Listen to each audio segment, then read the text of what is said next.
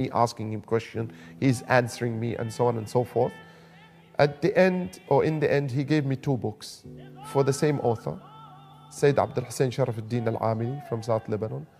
And one book is called Al-Muraja'at, which is translated in English, I think, as The Right Path or The Straight Path.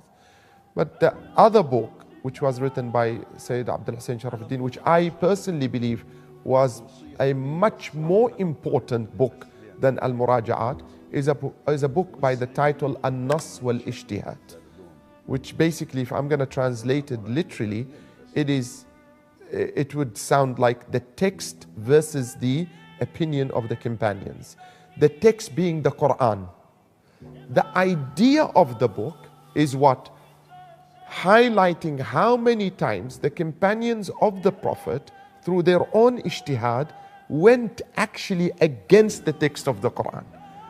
That was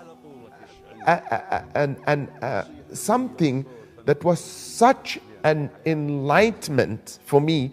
It was like nirvana. It was like reaching the very, core of the truth of what is the actual problem between the 2 schools of thoughts. In as much as, the other school of thought says that the Shias takes the level of the Imams to such a high level of infallibility, I found also that after reading that book, they took the status of the companions to that level of infallibility as well, where you can't even question what they did, despite the fact that in many situations, they actually went against the text of the Quran.